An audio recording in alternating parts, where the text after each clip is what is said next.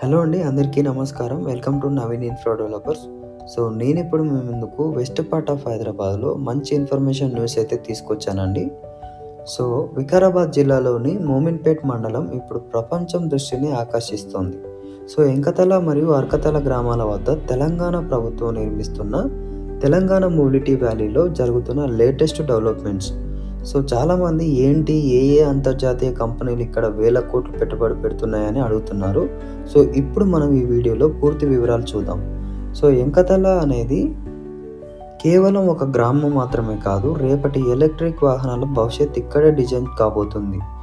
Hyundai Motors దాదాపు 1400 కోట్ల రూపాయలతో ఇక్కడ టెస్టింగ్ ట్రక్స్‌ను నిర్మిస్తుంది.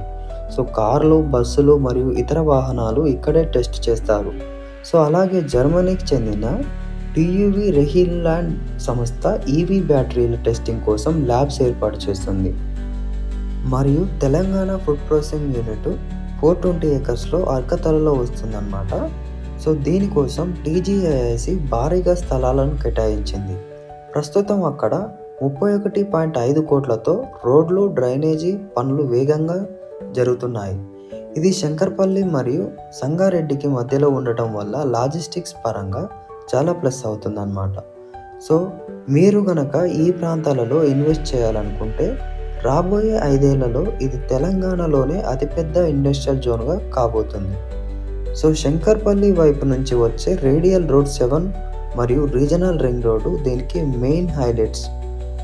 ఈ సమాచారం మీకు నచ్చితే మా వీడియోని లైక్ చేయండి, సబ్స్క్రైబ్ చేయండి, మీ ఫ్రెండ్స్కి షేర్ చేయండి. అదేవిధంగా శంకర్పల్లి అండ్ మోమిన్పేట్, నవాపేట్ సైడ్ మీకేమైనా ల్యాండ్ రిక్వైర్మెంట్ ఉంటే మమ్మల్ని కానీ మా టీంని కానీ కాంటాక్ట్ అవ్వండి. Thank you.